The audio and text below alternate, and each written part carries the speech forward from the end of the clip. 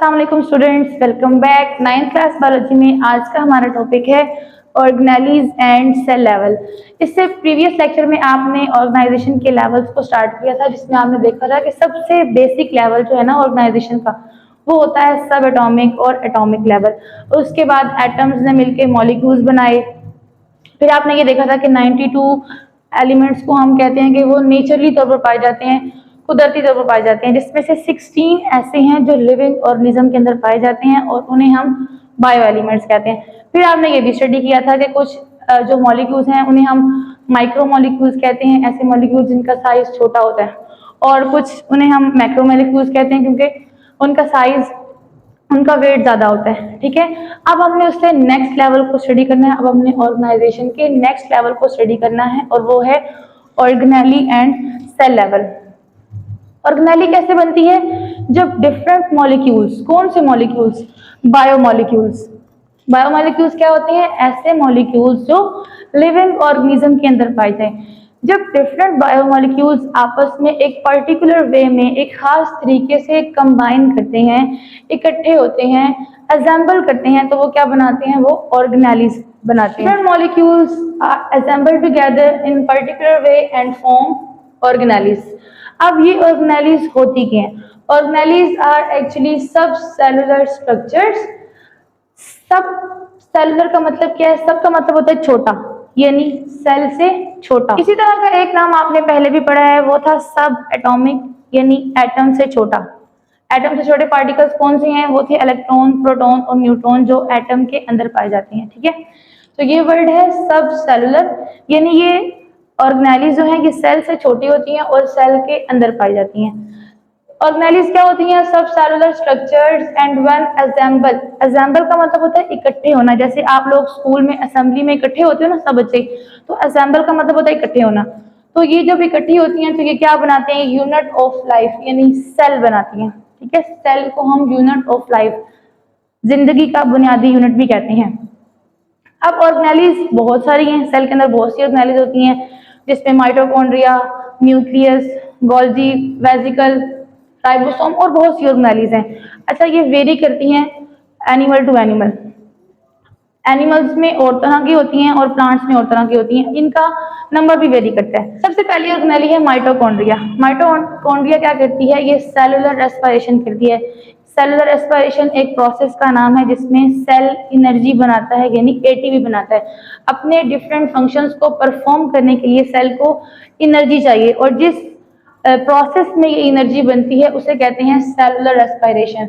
दूसरी ऑर्गेनेली है ribosome. Ribosome क्या करती हैं? राइबोसोम एक ऐसी ऑर्गेनेली है जो सेल के लिए प्रोटीन तैयार करती है। न्यूक्लियस जेनेटिक इंफॉर्मेशन को, जेनेटिक मटेरियल को स्टोर करता है। ठीक है, अब सेल के अंदर बहुत सी ऑर्गेनेली हैं। सब ऑर्गेनेलीज अपना अपना काम करती हैं। जिस तरह एक फैक्ट्री में हर एक अपना अपना काम करता है और ओवरऑल वो फैक्ट्री का काम हो जाता है, इसी तरह ऑर्गेनेली भी सब ऑर्गेनेलीज अपना अपना काम करती हैं और एक पूरे सेल का काम परफॉर्म हो जाता है। सेल दो तरह के होते हैं, prokaryotic cell and eukaryotic cell. ऐसे सेल जिनके अंदर प्रोमिनेंट न्यूक्लियस नहीं होता उन्हें हम प्रोकैरियोटिक सेल कहते हैं। प्रो मतलब बिफोर, कैरियन न्यूक्लियस, यानी ऐसे सेल जिनके अंदर प्रोमिनेंट और नुमाया न्यूक्लियस नहीं होता। और उसकी बेस्ट एग्जांपल है बैक्टीरिया। बैक्टीरिया प्रोकैरियोटिक होता है और बैक्टीरिया यूनिसेलुलर होता है। यूनिसेलुलर का मतलब होता है एक सेल पर मुश्तमिल ऑर्गेनिज्म। दूसरी तरह के जो सेल होते हैं वो होते हैं यूकैरियोटिक। यू का मतलब होता है ट्रू और कैरियन मतलब न्यूक्लियस, यानी ऐसे सेल जिनके अंदर प्रोमिनेंट न्यूक्लियस होता है उन्हें हम यूकैरियोटिक सेल कहते हैं। और उसकी एग्जांपल में आ जाते हैं फंजाई, प्लांट्स और एनिमल्स। यूकैरियोटिक सेल जो होता है बच्चों, वो यूनिसेलुलर भी हो सकता है और मल्टीसेलुलर भी हो सकता है।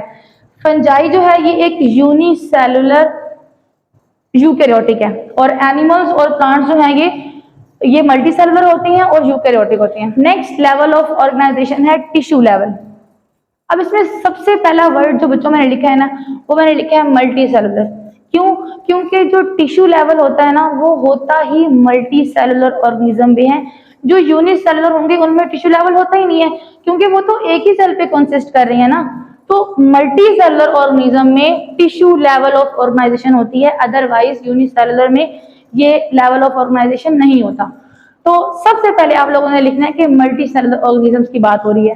अब क्या होता है कि मल्टी सेलुलर ऑर्गेनिज्म में सिमिलर सेल, यानी ऐसे सेल जो सिमिलर हैं एक दूसरे के और उनका फंक्शन भी सिमिलर है, ठीक है, वो देखने में भी सिमिलर है और उनका काम भी सेम है। वो आपस में इकट्ठे होके कंबाइन होके क्या बना लेते हैं, एक ग्रुप बना लेते हैं और उस ग्रुप को हम कहते हैं टिश्यू।